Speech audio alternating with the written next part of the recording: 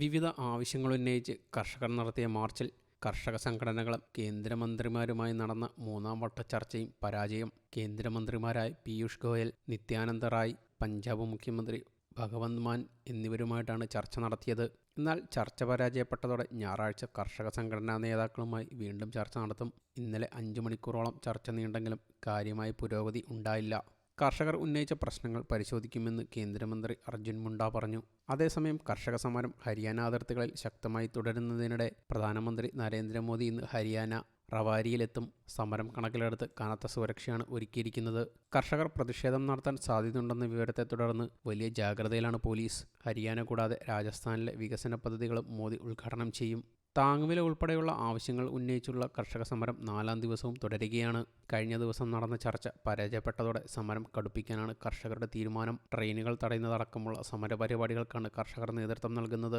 കർഷകരെ തടയാൻ അതിർത്തികളിൽ കനത്ത നിയന്ത്രണങ്ങൾ ഏർപ്പെടുത്തിയിരിക്കുകയാണ് പോലീസ്. അതേസമയം ബാരിക്കേഡുകൾ തകർക്കാൻ ഗ്രാമങ്ങളിൽ നിന്നും JCB കൊണ്ടുവരുമെന്നാണ് കർഷകരുടെ പ്രതികരണം. പഞ്ചാബ് അതിർത്തിയിലുള്ള കർഷകർ ദില്ലിയിലേക്ക് മാർച്ച് തുടരാൻ ഇന്നും ശ്രമം നടത്തും. കഴിഞ്ഞ 2 ദിവസങ്ങളിലും സംഘർഷമുണ്ടായ സാഹചര്യത്തിൽ അതീവ ജാഗ്രതയിലാണ് മേഖല. സംയുക്ത കിസാൻ മോർച്ച, കിസാൻ സഭ ഉൾപ്പെടെയുള്ള സംഘടനകൾ ആഹ്വാനം ചെയ്ത ഗ്രാമീണ ബന്ദ് ഇന്നാണ്. കർഷക സമരത്തിന് പിന്തുണ പ്രഖ്യാപിച്ച് കോൺഗ്രസും ഇന്ന് രാജ്യവ്യാപക പ്രതിഷേധം സംഘടിപ്പിക്കും. കർഷക സമരത്തെ നേരിടാൻ കേന്ദ്രസേനയും ഹരിയാന പോലീസും സർവ്വസന്നാഹങ്ങളും ഉപയോഗിക്കുമ്പോൾ കർഷകർ അവരുടേതായ തന്ത്രങ്ങൾ ഉപയോഗിച്ചാണ് സമരം നേരിടുന്നത്. അതിർത്തികളിൽ നിന്ന് കർഷകരെ അകറ്റി നിർത്താൻ കണ്ണീർവാതക പ്രയോഗമാണ് പ്രധാന ആയുധമായി പോലീസ് ഉപയോഗിക്കുന്നത്.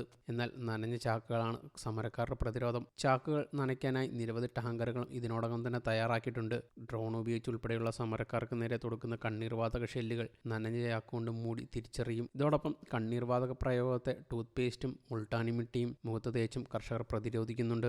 വെള്ളം സ്പ്രേ ചെയ്തും ഷെല്ലുകൾ നിർവീര്യമാക്കുന്നു. ഡ്രോൺ ഉപയോഗിച്ചുള്ള കണ്ണീർവാതക പ്രയോഗത്തെ പട്ടം പറത്തിയും പ്രതിരോധിക്കുന്നുണ്ട്. കർഷകർ ഡ്രോൺ വരുന്ന വഴികളിൽ പട്ടം പറത്തി കുരുക്കിടാനാണ് ശ്രമം. കോൺക്രീറ്റ് ബാരിക്കേഡുകളും സിമന്റ് ബാരിക്കേഡുകളും മറികടക്കാൻ ട്രാക്ടറാണ് കർഷകരുടെ ആയുധം.